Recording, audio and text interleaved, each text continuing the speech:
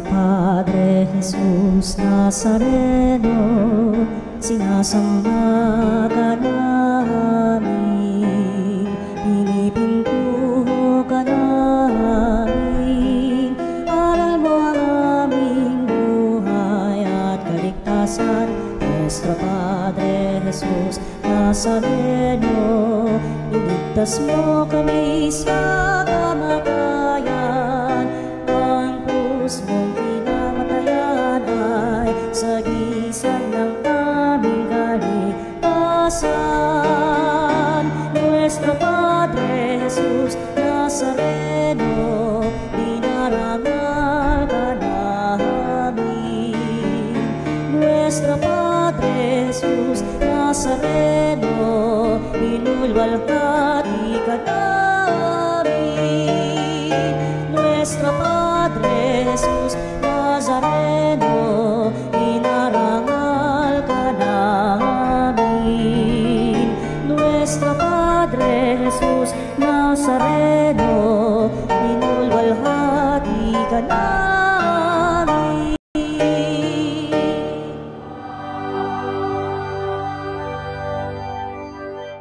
Sa ngalan ng Ama at ng Anak at ng Espiritu Santo. Amen. Sumainyo ang Panginoon. At sumaiyo rin. Tayo po ay nasa ikatlong linggo sa karaniwang panahon at ngayon po ay pambansang linggo ng Biblia.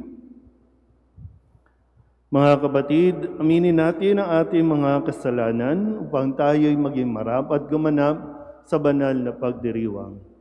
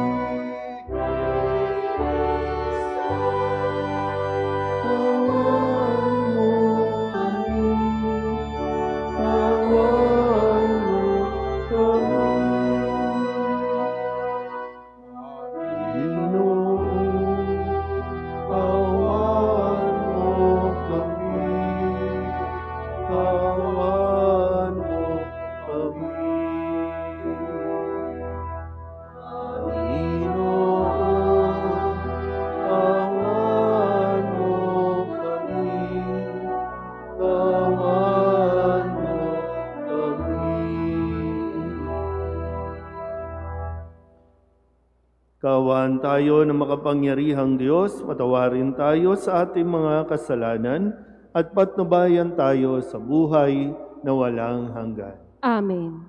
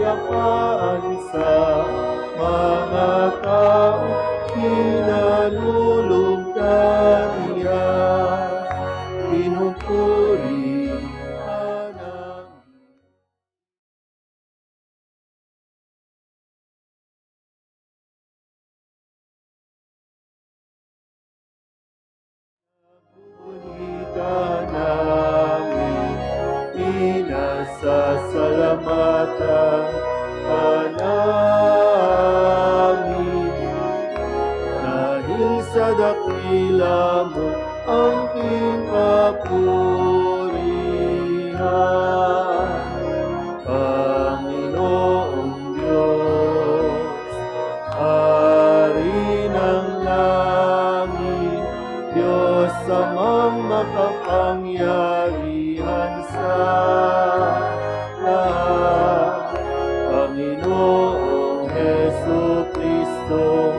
bugtong na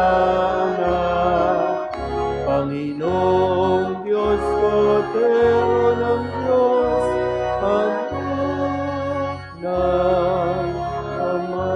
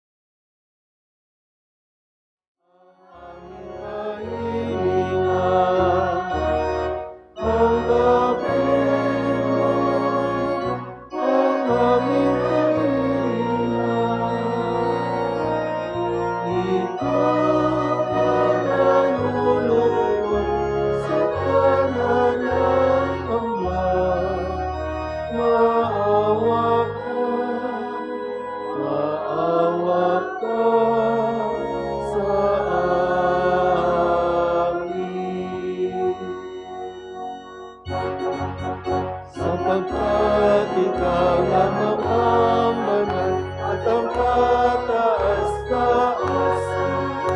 Ikaw lamang, O Jesucristo, ang Panginoon, kasama ng Espiritu Santo sa kadakilaan ng Diyos Ama.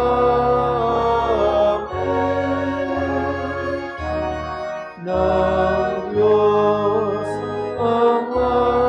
Amen. Papuri sa Diyos. Papuri sa Diyos. Papuri sa Diyos sa kailanman.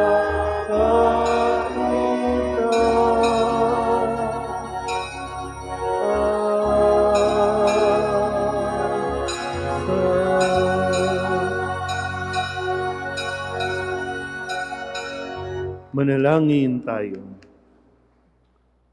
Ama naming makapangyarihan, itaguyod mo ang aming ginagampanan alinsunod sa iyong kalooban upang sa ngalan ng anak mong mahal, kami maging marapat magkaroon ng karagdagan sa aming paggawa ng mga kabutihan sa pamamagitan ni Jesucristo kasama ng Espiritu Santo magpasawalang hanggan.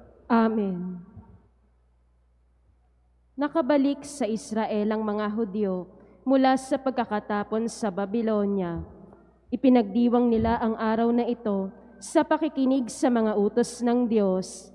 Nabagbag ang kanilang damdamin at mahigpit ang bili ni Ezra. Ang walang pagkain at inumin ay bahaginan ng mayroon.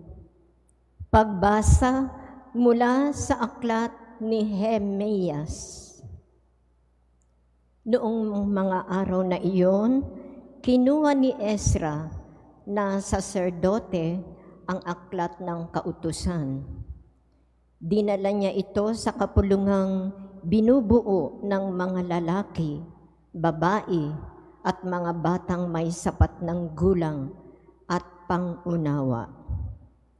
Mula sa umaga hanggang tanghali, binasa niya ang kautusan sa harapan ng mga taong natitipon sa liwasang bayan. Ang lahat naman ay nakinig na mabuti. Si Ezra ay nakatayo sa isang entabladong kahoy na sadyang itinayo sa pagkakataong iyon. Siya ay nakikita ng lahat sapagkat mataas ang kanyang kinatatayuan. Ang lahat ay tumayo nang buksan niya ang aklat. Purihin ng Panginoon ang dakilang Diyos, ang wika niya. Ang lahat ay nagtaas ng kanilang mga kamay at sumagot, Amen, Amen. Pagkatapos, nagpatira pa sila bilang paggalang sa Panginoon. Binasa ng mga Levita ng maliwanag ang batas na ito ng Diyos at ipinaliwanag na mabuti ang kahulugan. Nang malaman ng mga tao ang mga dapat nilang gawin ayon sa kautusan, nabagbag ang kanilang kalooban. Ano pat sila'y napaiyak. Ang araw na ito ay dakila sa Panginoon na inyong Diyos. Wika nina Nehemias at Ezra at mga Levita. Nakikinig ang mga tao at umiiyak nga, kaya't sinabi nila, Huwag kayong umiyak. Wika pa nila, Umuwi na kayo at magdiwang. Ang walang pagkain at inumin ay bahagi na ng mayroon, sapagkat ang araw na ito'y dakila sa Panginoon. Ang kagalakang dulot niya ay magiging kalakasan ninyo. Ang salita ng Diyos. Salamat sa Diyos. Espiritong bumubuhay ang salita ng may kapal. Espiritong bumubuhay ang salita ng may kapal. Ang batas ng Panginoon ay batas na walang kulang. Ito'y utos na ang dulot sa tao ay bagong buhay. Yaong kanyang mga batas ay mapagkakatiwalaan, nagbibigay ng talino sa lahat ng kaisipan. Espiritong bumubuhay ang salita ng may kapal. Ang tungtuning ibinigay ng poon ay wastong utos. Liligaya ang sinuman kapag ito ang sinunod. Ito'y wagas at matuwid pagkat mula sa Diyos. Pangunawa ng isipan, yaong bungang idudulot. Espiritong bumubuhay ang salita ng may kapal. Yaong paggalang sa poon ay marapat mabuti. Isang banal na tungkulin na iiral na parati. Pati mga hatol niya ay matuwid na kahatulan. Kapag siya ang humatol, ang pasya ay pantay-pantay. Espiritong bumubuhay ang salita ng may kapal. Naway itong salita ko at ang aking kaisipan sa inyo ay makalugod, Panginoong ko't kanlungan. O ikaw na kublihang kung ang dulot ay kaligtasan. Espiritong bumubuhay ang salita ng may kapal.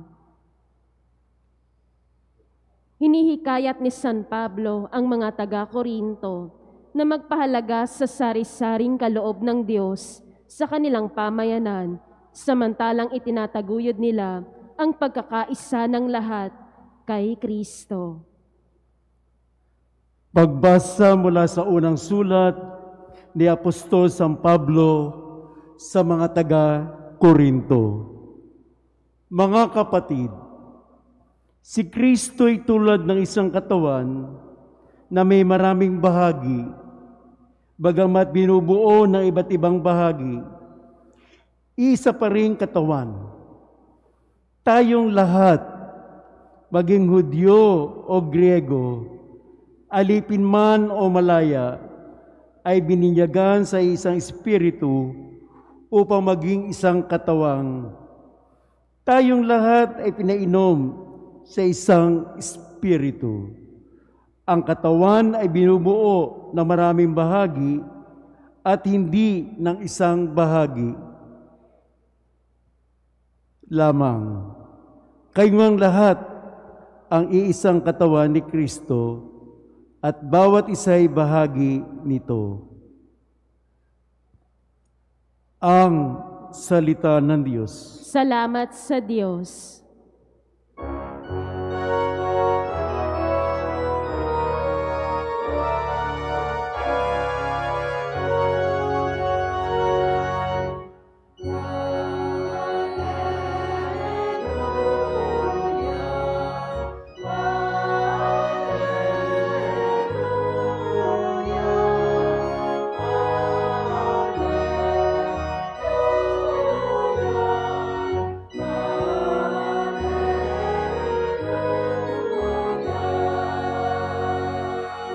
Ikaw, Kristo, ay sinugo upang sa dukhay magturo, magpalaya sa bilanggo.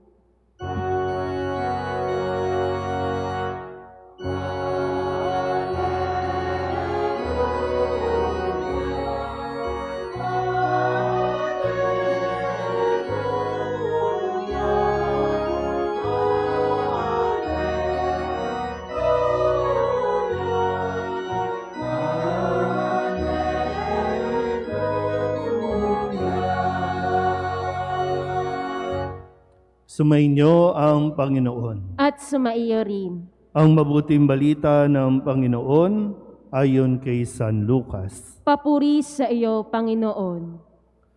Kagalang-galang na Teofilo, marami na po ang nagsikap na sumulat tungkol sa mga bagay na naganap sa gitna namin. Ang kanilang sinulat ay ayon sa sinabi sa amin ng mga nakasaksi nito, buhat sa pasimula at nangaral ng salita. Matapos na ako'y makapagsuri ng buong ingat tungkol sa lahat ng bagay na ito, buhat pa sa pasimula, minabuti ko pong sumulat ng isang maayos na salaysay para sa inyo, upang lubusan ninyong matiyak ang katotohanan ng mga bagay na itinuro sa inyo. Noong panahong iyon, bumalik si Jesus sa Galilea at sumasa kanya ang kapangyarihan ng Espiritu Santo. Kumalat sa palibot na lupain ang balita tungkol sa kanya. Nagturo siya sa kanilang mga sinagoga at dinakila siya ng lahat. Umuwi si Jesus sa Nazaret na kanyang nilakhan, gaya ng kanyang kinagawian. Pumasok siya sa sinagoga ng araw ng pamamahinga.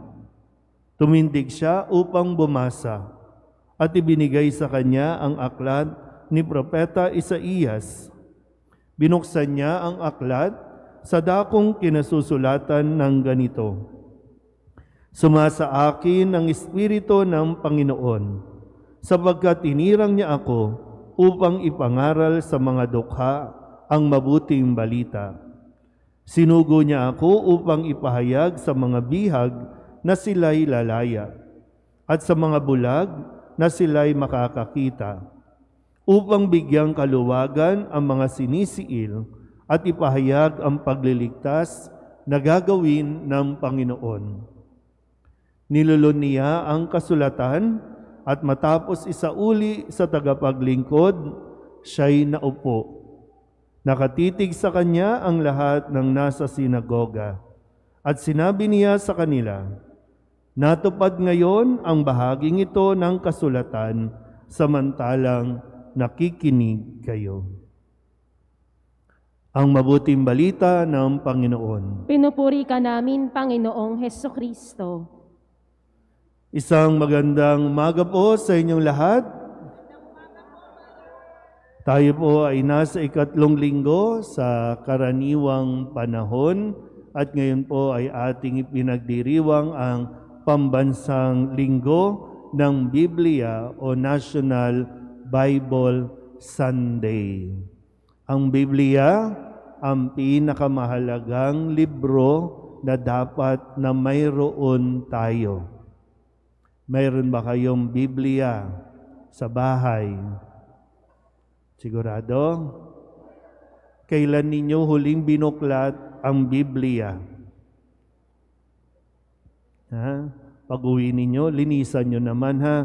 Makapal na yung alikabok ng Biblia. Kasi mahalaga po, no? Para ba ang librong ito ang pinakasentro na dapat naririyan sa bahay. Kung wala, minsan, no, sa panahon natin, talagang matindi ang kailangan nating disiplina.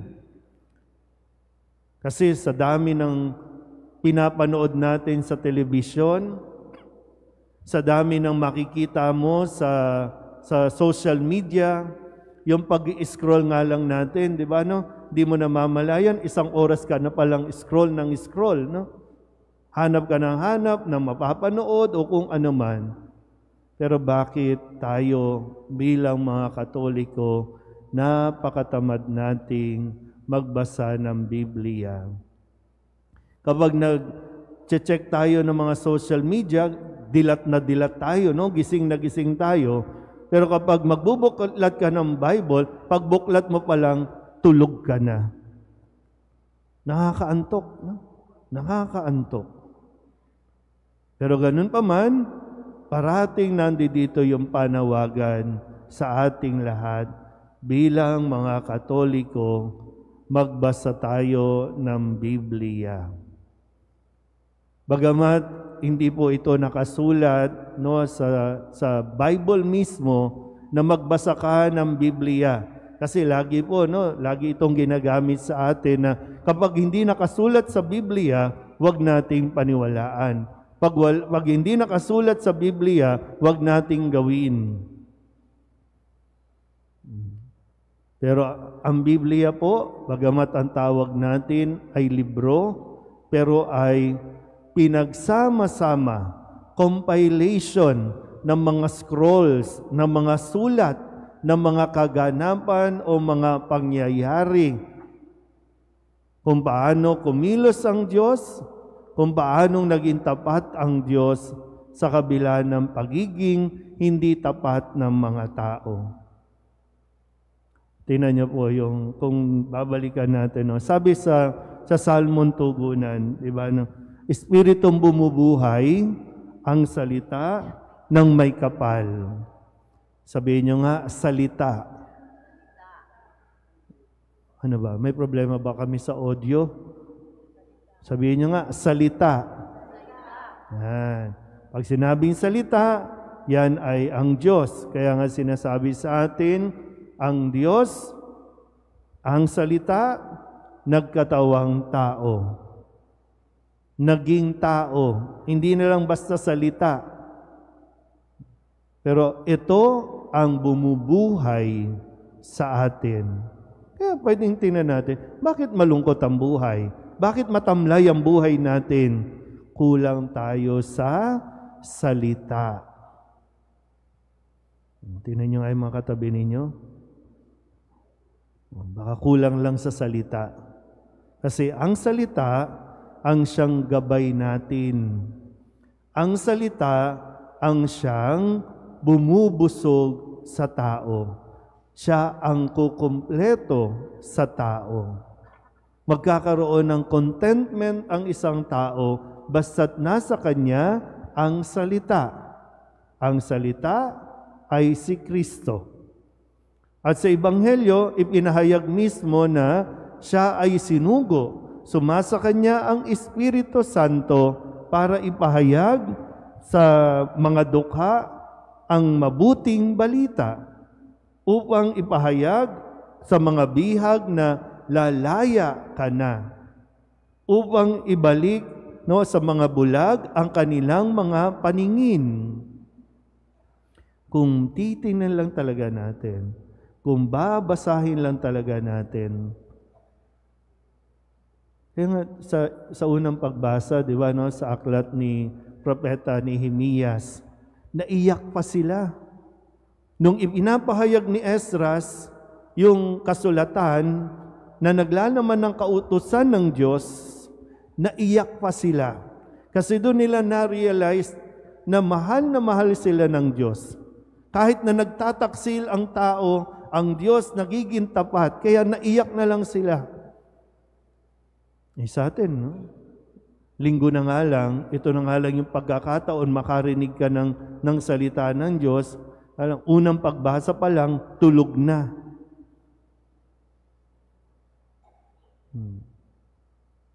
Kaya mahalaga po, no? Ang simbahan, nag-i-invest sa sound system. Kasi kahit anong ganda ng simbahan, kung hindi maganda ang sound system,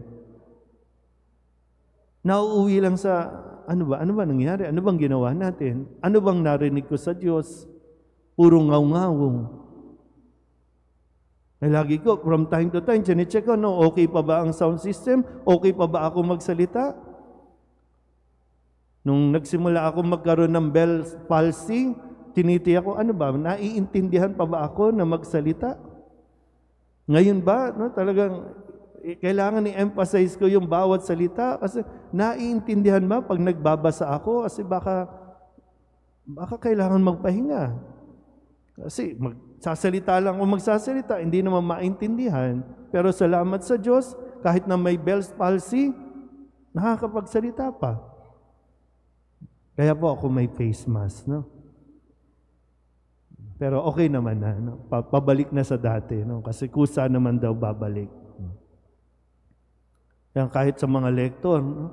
Kapag medyo hindi maayos ang pagbabasa, talagang, nako, manda ka mamaya, no?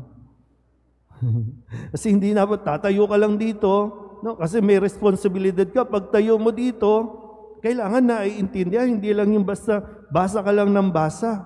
Kasi kawawa naman itong mga ito, kawawa naman yung mga dadalo sa misa na ibibigay na ng Diyos ang kasagutan sa kanyang problema, sa kanyang mga katanungan sa buhay. Kaya lang dahil hindi namin ipinahayag ng mabuti, hindi namin prinactice ng mabuti, hindi tuloy naiintindihan.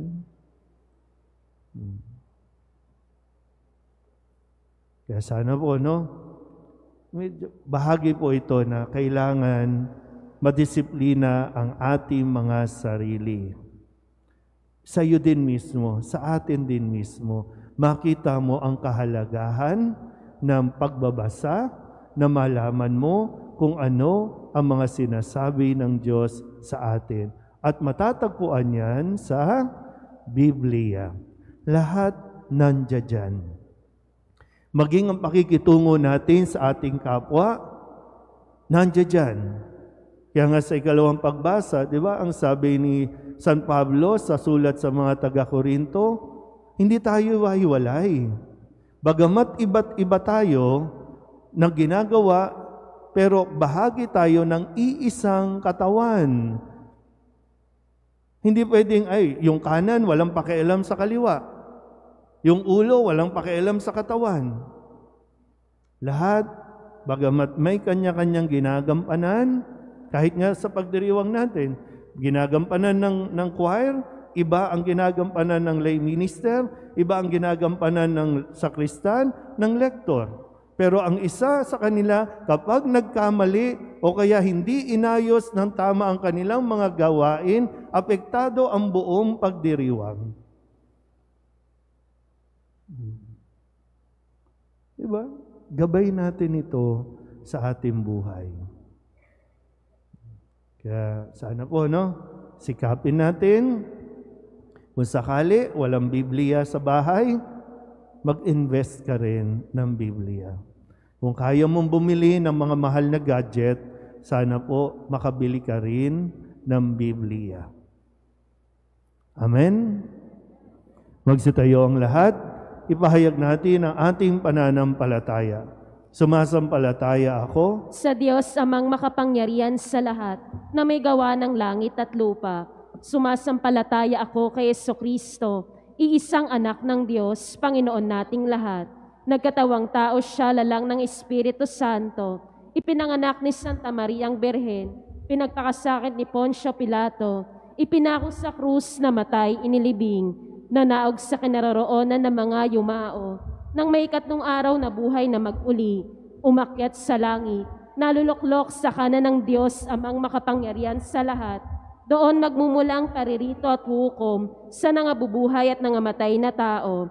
Sumasampalataya naman ako sa Diyos Espiritu Santo, sa banal na simbahang katolika, sa kasamahan ng mga banal, sa kapatawaran ng mga kasalanan, sa pagkabuhay na muli ng nangamatay na tao, at sa buhay na walang hanggan. Amen. Sa pasimula ng misyon ni Kristong ipahayag ang paghahari ng Diyos, dumudulog kami sa iyo, Ama, upang kami maging instrumento ng pagpapalaganap ng kanyang misyon.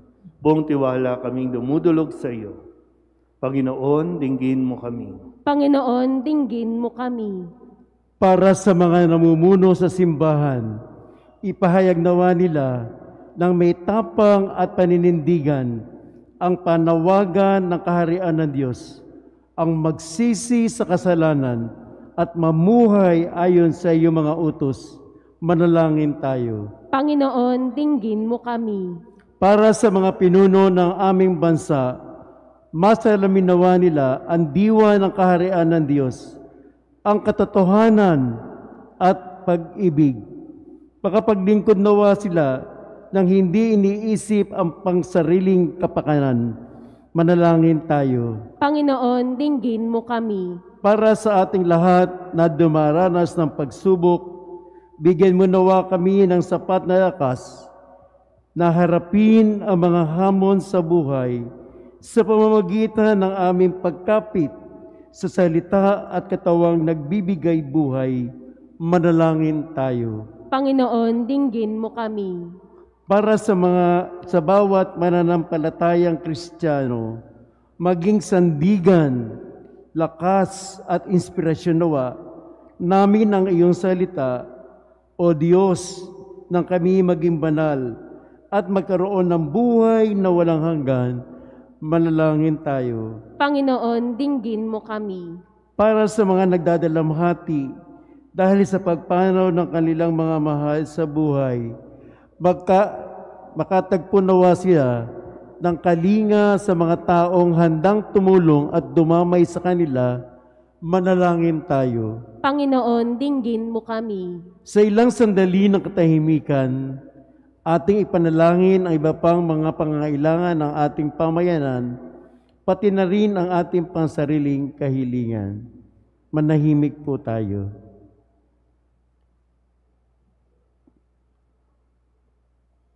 Manalangin tayo. Panginoon, dinggin mo kami. Ama, dinggin mo ang aming mga panalangin. Sa pamamagitan ng iyong salita, papanibaguhin mo kami upang kami tunay na maging kawangis mo sa kabanalan. Hinihiling namin ito sa pamamagitan ni Jesucristong aming Panginoon. Amen.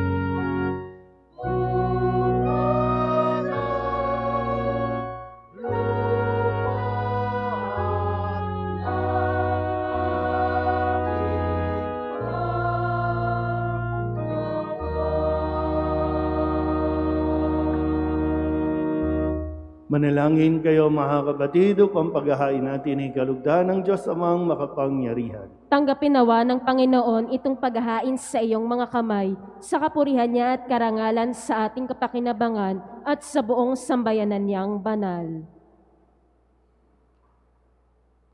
Ama naming lumikha, tanggapin mong malugod ang aming mga handog.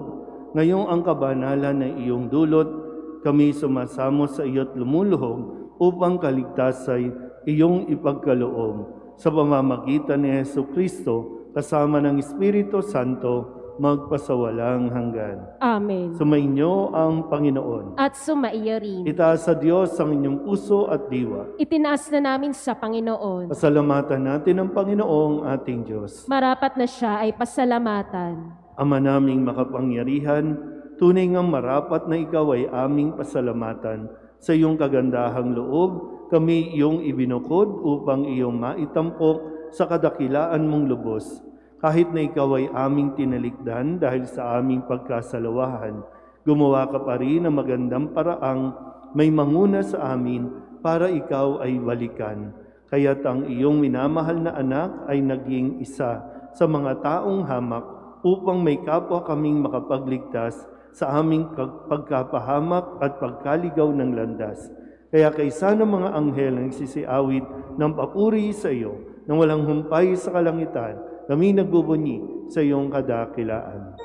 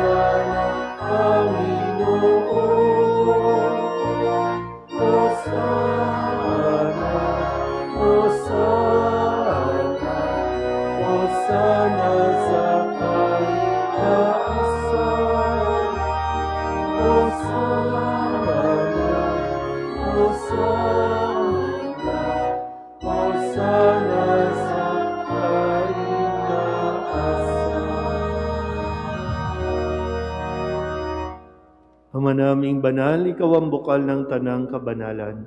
Kaya't sa pamamagitan ng iyong Espiritu, gawin mong banal ang kaloob na ito upang para sa aming maging katawan at dugo ng aming Panginoong Jesucristo. Bago niya pinagtiis ang kusang loob na maging handog, hinawakan niya ang tinapay, pinasalamatan kaniya, pinaghati-hati niya iyon, iniabot sa kanyang mga alagad at sinabi, "Tanggapin ninyong lahat ito at kanin, ito ang aking katawan na ihahandog para sa inyo."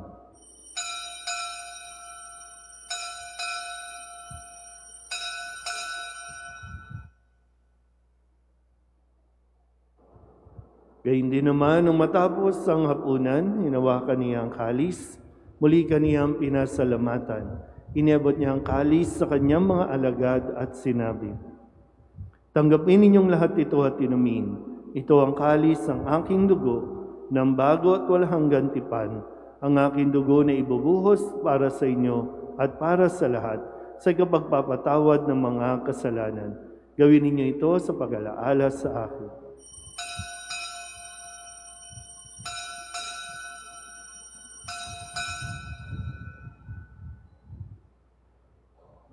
Ipagbunyi natin ang misteryo ng pananampalataya.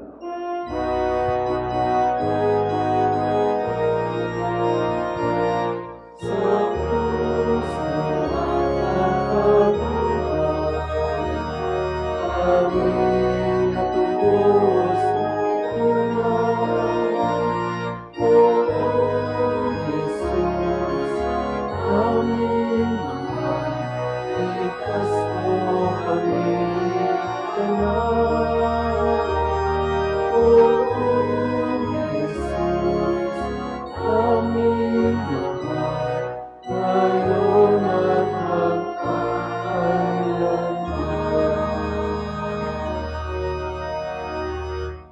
ginagawa namin ngayon ang pag-alaala sa pagkamatay at muling pagkabuhay ng iyong anak, kaya tiniaalay namin sa iyo ang tinapay na nagbibigay buhay at ang kalis na nagkakaloob ng kaligtasan. Kami nagpapasalamat dahil kami iyong minarapat na tumayo sa harap mo para maglingkod sa iyo. Sinasamo namin kami magsasalo-salo sa katawan ng dugo ni Kristo ay mabuklod sa pagkakaisa sa pamamagitan ng Espiritu Santo. Ama, lingapin mo ang iyong simbahang laganap sa buong daigdig. Puspusin mo kami sa pag-ibig kaysa ni Francisco na aming Papa at ni Jose na aming Obispo at ng Tanang Kaparian.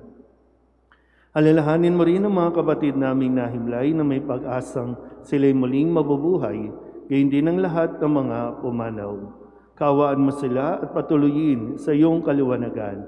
Kawaan mo at pagindapating kaming lahat na makasalo sa iyong buhay na walang wakas. Kaysa ng mahal na Birheng Maria na Ina ng Diyos, ng kabiyak ng puso niyang sa San Jose, kaysa ng mga apostol at ng lahat ng mga banal na namuhay dito sa daigdig ng kalugod-lugod sa iyo, may pagdiwang nawa namin ang pagpupuri sa ikararangal mo sa pamamagitan ng iyong anak na aming Panginoong Hesukristo. Sa pamamagitan ni Kristo, kasama niya at sa Kanya, ang lahat ng parangal at papuri ay sa iyo, Diyos amang makapangyarihan, kasama ng Espiritu Santo, magpasawalang hanggan.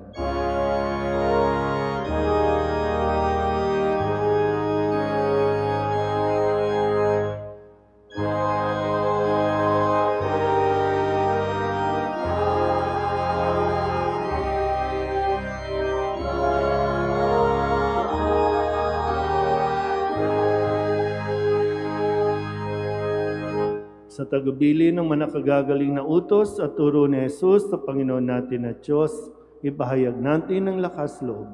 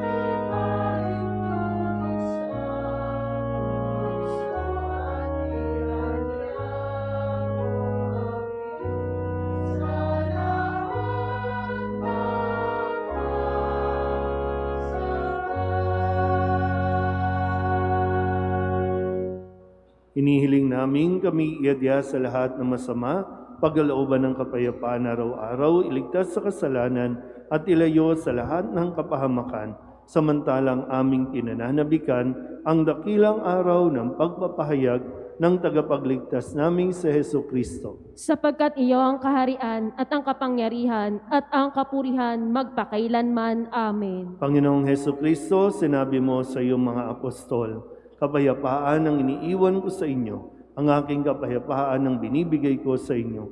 Tunghayin mo ang aming pananampalataya at huwag ang aming mga pagkakasala. Pagkalooban mo kami ng kapayapaan at pagkakaisa ayon sa iyong kalooban, kasama ng Espiritu Santo, magpasawalang hanggan. Amen. Ang kapayapaan ng Panginoon ay laging sumainyo. At sumaiyo rin. Magbigayan po tayo ng kapayapaan sa isa't isa. Kordero ng Diyos na nag-aalis ng mga kasalanan ng sanlibutan, maawa ka sa amin. Kordero ng Diyos na nag-aalis ng mga kasalanan ng sanlibutan, maawa ka sa amin. Kordero ng Diyos na nag-aalis ng mga kasalanan ng sanlibutan, ipagkaloob mo sa amin ang kapayapaan. Ito ang kordero ng Diyos. Ito ang nag-aalis ng kasalanan ng sanlibutan. Mapalad ang mga inanyayahan sa kanyang piging. Panginoon, hindi ako karapat-dapat na magpatuloy sa iyo, ngunit sa isang salita mo lamang ay gagaling na ako.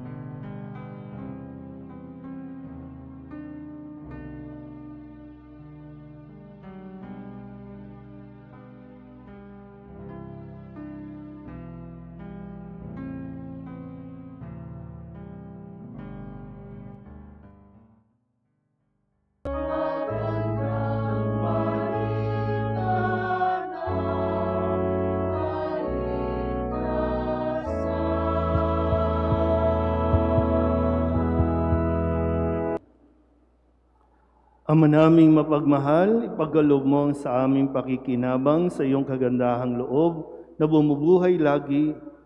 Lagi nawa naming maikarangal ang iyong pagpapalang sa aming ibinibigay sa pamamagitan ni Jesucristo kasama ng Espiritu Santo, magpasawalang hanggan. Amen. Magsiluhar sa 7 linggo sa karangalan ni San Jose. Ang 7 linggo ng pagninilay sa karangalan ni San Jose ay isang matandang kaugalian ng ating simbahan. Sa loob ng 7 araw ng linggo, bago sumapit ang kanyang dakilang kapistahan sa 19 ng Marso, ay naghahanda tayo sa pamamagitan ng mga panalangin, pagninilay at paggunita sa ilang tagpo ng kanyang buhay sa piling ng Birheng Maria at ng ating Panginoong Hesus. Naway ating kapulutan ng mga aral at halimbawa ang buhay ng ating patron upang mas maging ganap at matatag ang ating pananampalataya sa Diyos. Unang hapis ni San Jose, ang pag-aalinlangan ni Jose sa paglilihi ni Maria. Unang tuwa ni San Jose, ang pagbabalita ng anghel tungkol sa paglilihi ng Birheng Maria. O kalinis-linisang kabiyak ni Mariang mahal, maluwalhating San Jose, kung gaano kalaki ang iyong hirap, ang kapaitan at pasakit ng iyong puso, na sandaling mapait na ibig mo nang iwan ng iyong kalinis-linisang asawa, ay siya din naming katumbas ng hindi makayang ipahayag na ligaya at kaaliwan ng iyong puso, nang ipahayag sa iyo ng anghel ang malalim na hiwaga ng pagkakatawang tao ng Diyos Anak. Alang-alang sa inyong sakit at ligayang ito, ay idinadalangin namin sa inyo na aliwin ang aming kaluluwa ngayon at sa mga huling paghihirap, gawa ng kaligayahan ng isang magandang kamatayan na katulad ng sa iyo, sa gitna ni Jesus at ni Maria. Maaari nating sambitin ng tahimik ang ating mga kahilingan.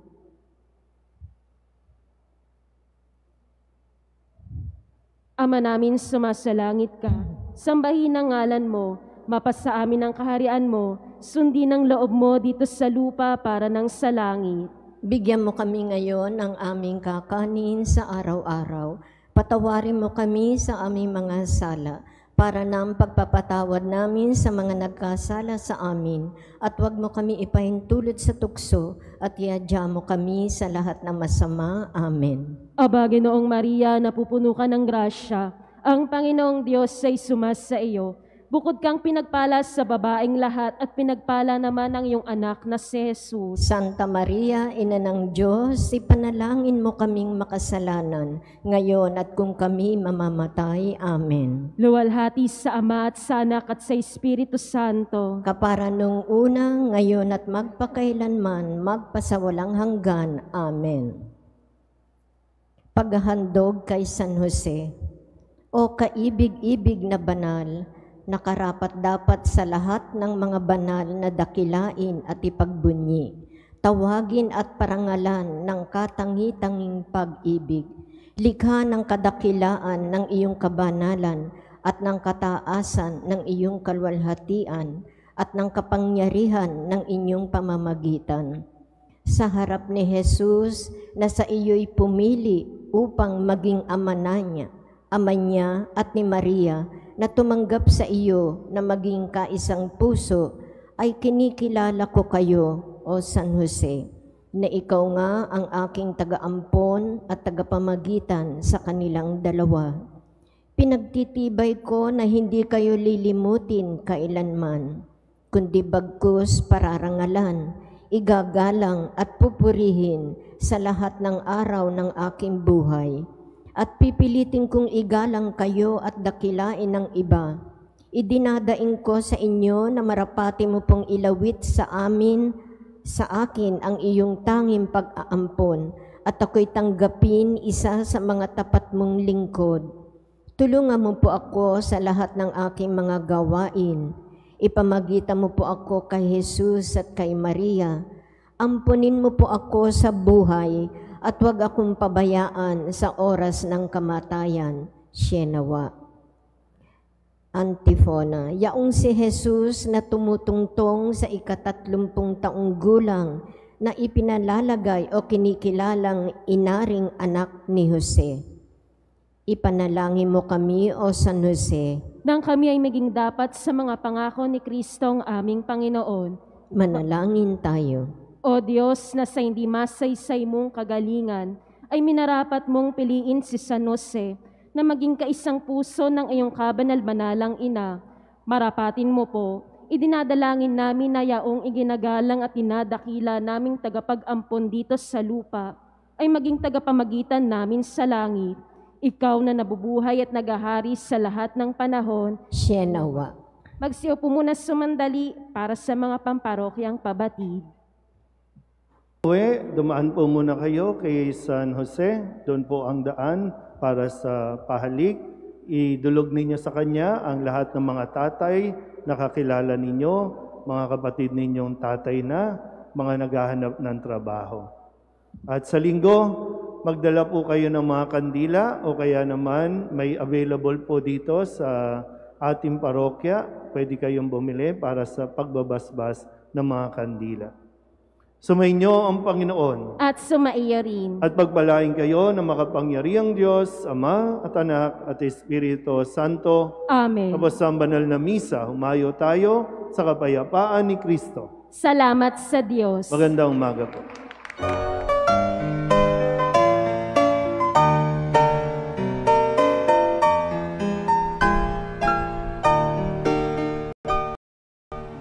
Padre Jesus Nazareno, sinasamba ka namin, pinipintuho ka namin, aral mo ang aming buhay at kaligtasan.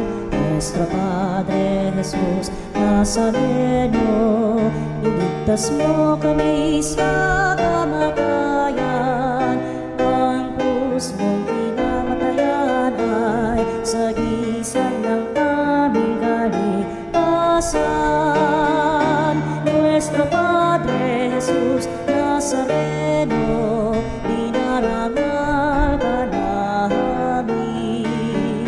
Nuestro Padre Jesus Nazareno, inulwalhati ka namin.